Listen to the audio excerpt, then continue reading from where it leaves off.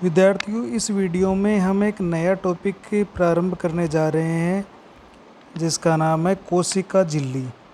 तो इस वीडियो में हम कोशिका झिल्ली के बारे में पढ़ेंगे, जिसको हम कहते हैं सेल मेम्ब्रेन या सीएम। तो कोशिका झिल्ली होती क्या है? तो हमने ये पढ़ा था कि जैसे कोई भी कोशिका हो, जीव की कोई भी कोशिका, उसके जीव द्रव्य के चारों ओर एक लचीला जीवित विद्युत आवेशित आवरण पाया जाता है, जिसको कोशिका झिल्ली कहते हैं। और हमने ये भी पढ़ा था कि पादपों में एक बाहर की तरफ एक आवरण और पाया जाता है, जिसको कोशिका भित्ति कहते हैं। तो कोशिका झिल्ली क्या है? जैसे कोशिका की झिल्ली या सेल की आवरण या सेल की झिल्ली, तो इसकी अपन परिभाषा किस प्रकार से दे सकते हैं? इसको हम कह सकते हैं कि सभी सेल में जीवद्रव्य के चारों ओर चयनात्मक पारगम्य, जो हमारी कोशिका भित्ति होती है वो तो एक तरह से पारगम्य होती है, लेकिन ये चयनात्मक पारगम्य होती है। कुछ विशेष अणुओं को ही बाहर और अंदर जाने की अनुमति होती है। तो सभी कोशिकाओं में जीवद्रव्य के चारों ओर चयनात्मक पारगम्य विद्युत आवेशित और मुख्यतः इस पर होता है नेगेटिव चार्ज्ड अर्थात ऋण आवेशित झिल्ली पाई जाती है, जिसे कोशिका झिल्ली कहते हैं। मतलब हमारी ये कोशिका है, इस कोशिका में जीवद्रव्य और जीवद्रव्य के चारों ओर जो चयनात्मक पारगम्य झिल्ली है और विद्युत आवेशित है, अर्थात इस पर देखा गया है कि ऋण आवेश पाया जाता है। तो ये जो झिल्ली है ये कहलाती है कोशिका झिल्ली। इसके कुछ अन्य नाम, तो हम इसको प्लाज्मा मेम्ब्रेन भी कहते हैं। प्लाज्मा मेम्ब्रेन, इसे हम साइटोप्लाज्मिक मेम्ब्रेन भी कहते हैं, और इसे हम प्लाज्मा लेमा भी कहते हैं। तो इसके कई सारे नाम हैं: प्लाज्मा मेम्ब्रेन, साइटोप्लाज्मिक मेम्ब्रेन और प्लाज्मा लेमा। जैसे इसको हम कह देंगे हिंदी में कोशिका द्रवी झिल्ली, और इसको हम प्लाज्मा लेमा को कह देते हैं जीवद्रव्य कला, और प्लाज्मा मेम्ब्रेन को हम कहते हैं प्लाज्मा झिल्ली या कला भी इसको कह देते हैं। तो ये सब इसके अन्य नामों से हम इसको पुकारते हैं। यह कोशिका जो झिल्ली है वो सेल की जीवित सीमा होती है। जीवित सीमा जिसको हम कहते हैं लिविंग बाउंड्री होती है। अर्थात ये जो कोशिका झिल्ली है ये जीवित होती है, या इसकी परिभाषा को हम इस तरह भी लिख सकते हैं कि चयनात्मक विद्युत आवेशित सजीव झिल्ली पाई जाती है, जो जिसे कोशिका झिल्ली कहते हैं। तो ये हमारी कोशिका की जीवित सीमा है। और निर्जीव सीमा होती है कोशिका की, वो कोशिका भित्ति होती है, जो कि केवल पादपों में पाई जाती है। पढ़ते हैं इसकी खोज कैसी हुई। तो इसकी खोज के बारे में अपन देखते हैं कि एक साइंटिस्ट हुआ था सी क्रेमर व सी नेगेली ने 1855 में इसकी खोज की थी, और इसको कोशिका कला नाम दिया था। कोशिका कला नाम दिया। सबसे पहले इन्होंने खोजा था, सर्वप्रथम इन्होंने खोज की। फिर एक साइंटिस्ट आया था प्लोव, ये जो प्लोव था, इस प्लोव ने इसे जीवद्रव्य कला कहा, जीवद्रव्य कला, या इसको प्लाज्मा लेमा कहा। तो प्लोव ने इसको कहा जीवद्रव्य कला, और क्रेमर व नेगेली ने इसको कोशिका कला नाम दिया। और सबसे पहले कोशिका कला या कोशिका झिल्ली की खोज क्रेमर व नेगेली ने की थी, और प्लोव ने इसको जीवद्रव्य कला नाम दिया था। नेक्स्ट इसमें अपन टॉपिक लेते हैं कि हमने कहा था कि पादप कोशिकाओं के बीचों बीच एक बहुत बड़ा कोशिकांग जिसको हमने रिक्तिका कहा था। तो जो रिक्तिका है, कोशिका में उपस्थित रिक्तिका की झिल्ली को टोनोप्लास्ट कहते हैं, टोनोप्लास्ट कहा जाता है। जबकि अन्य जितने भी कोशिकांग हैं, अन्य कोशिकांगों की कोशिका झिल्ली को बायोमेम्ब्रेन कहते हैं, बायोमेम्ब्रेन कहा जाता है, जिसको अपन कहेंगे जैव झिल्ली हो गई है। तो अन्य कोशिकाएं जो कोशिका झिल्ली उसको बायोमेम्ब्रेन अपन बोल देते हैं। अब देखते हैं इसका रासायनिक संगठन कि ये किस तरह से बनी हुई है। तो इसका अपन देखें तो कोशिका झिल्ली का रासायनिक संगठन, रासायनिक संगठन का मतलब होता है कौन कौन से रासायनिक पदार्थ इसमें पाए जाते हैं। इसको हम कहते हैं chemical composition of CM, cell membrane का केमिकल कंपोजिशन।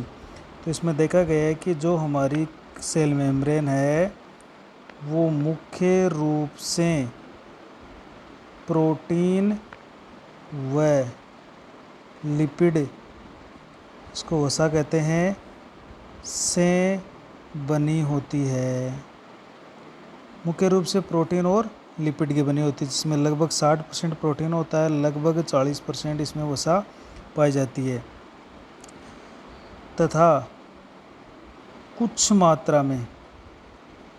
मात्रा में कार्बोहाइड्रेट जो बहुत ही कम होते हैं, कार्बोहाइड्रेट व एंजाइम भी पाए जाते हैं, एंजाइम भी पाए जाते हैं। और ये एंजाइम किसके बने होते हैं? प्रोटीन से होते हैं ये एंजाइम, प्रोटीन के बने होते हैं। तो कुछ मात्रा में कार्बोहाइड्रेट और कुछ मात्रा में एंजाइम पाए जाते हैं। लेकिन मुख्य रूप से जो हम ये पढ़ते हैं कि कोशिका झिल्ली है वो प्रोटीन की और वसा की बनी हुई होती है। इसमें देखें तो हमारा जो सेल मेम्ब्रेन है उसमें लिपिड जो पाई जाती है, वसा, वो मुख्यतः 3 प्रकार की होती है, 3 प्रकार के होती है। इसमें एक तो होता है, हम इसको इस तरह से पढ़ते हैं, फोस्फोलिपिड, फोस्फोलिपिड, फोस्फोलिपिड, ये मुख्य रूप से पाए जाने वाला लिपिड है, मुख्य रूप से पाए जाने वाला लिपिड है। तो सबसे इम्पोर्टेंट है कि जो सबसे ज़्यादा लिपिड पाया जाता है वो फोस्फोलिपिड ही पाया जाता है। इसके अलावा इसमें कुछ ग्लाइकोलिपिड भी पाए जाते हैं, ग्लाइकोलिपिड, जिसको हम लिखते हैं ग्लाइकोलिपिड्स। तो ग्लाइकोलिपिड, ग्लाइको मतलब कार्बोहाइड्रेट हो गया और लिपिड का मतलब हो गया वसा, तो दोनों से मिलकर बनी हुई एक ग्लाइकोलिपिड भी इसमें पाई जाती है, जो कि कम मात्रा में पाई जाती है। इसके अलावा इसमें कुछ स्टेरोल भी पाए जाते हैं, जो कि वसीय होते हैं और ये बहुत कम मात्रा में पाए जाते हैं। तो मुख्य रूप से जो इसमें वसा पाई जाती है वो फॉस्फोलिपिड के रूप में पाई जाती है, और बहुत ही कम मात्रा में कुछ ग्लाइकोलिपिड्स होते हैं और कुछ स्टेरोल भी इसके अंदर पाए जाते हैं।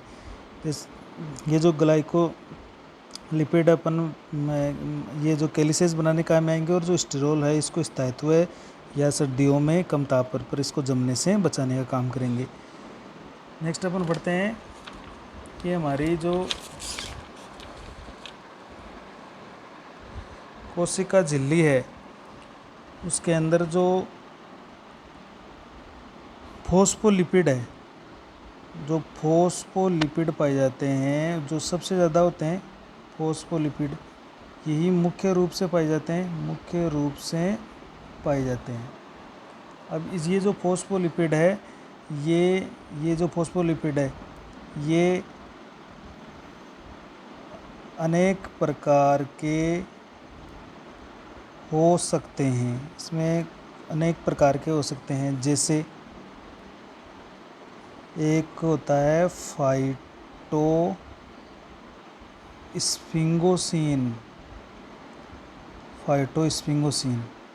और एक होता है स्फिंगोमाइलिन।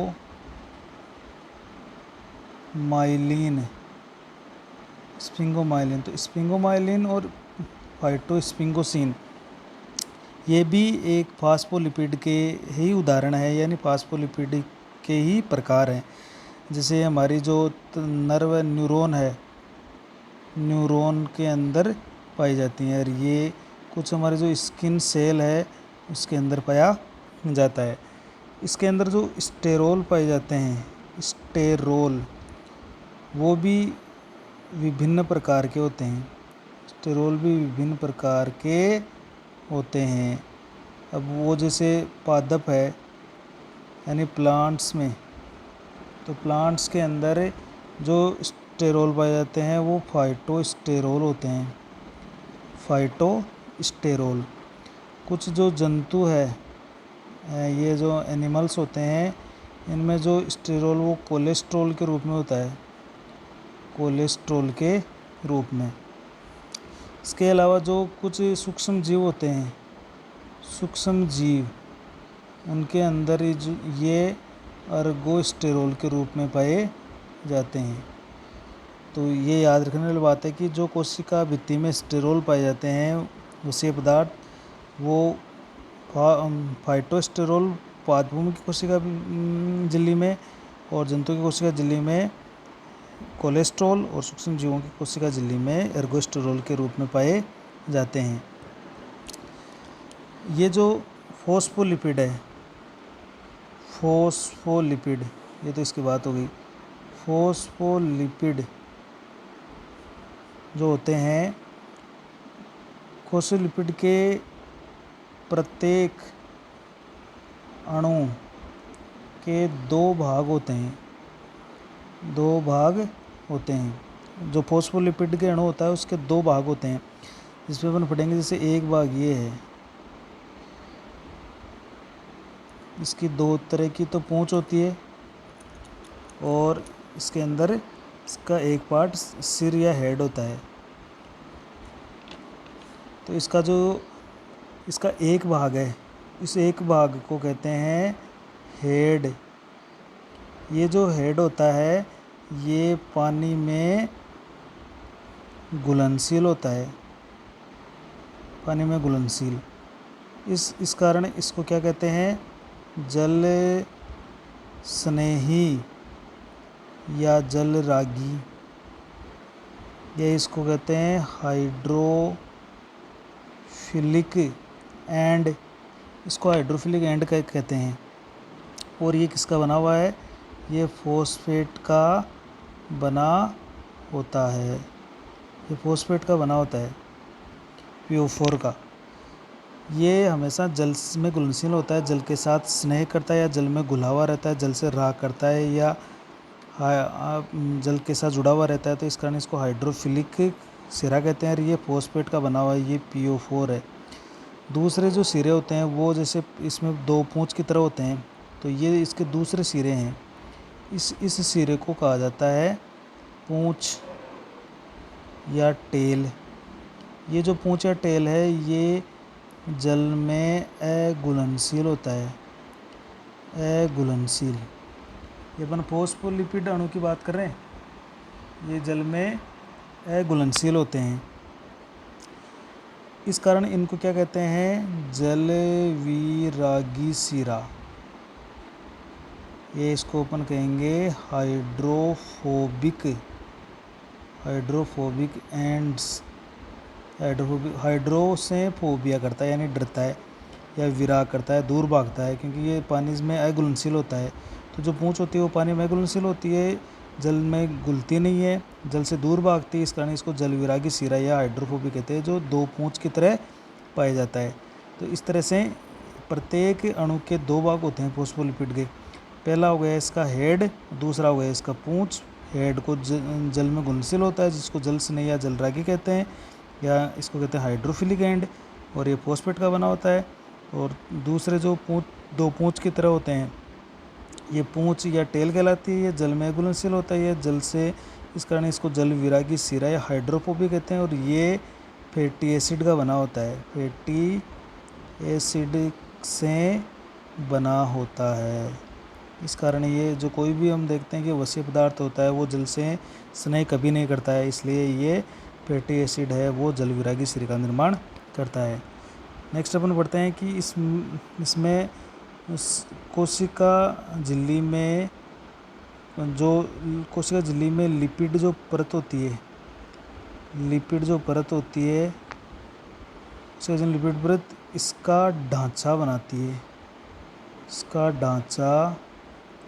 बनाता है और इसे पारगम्य रोधक बनाता है। या हम कहें कि जो वसा है वो ढांचा निर्माण व रोधक परत की तरह काम करता है।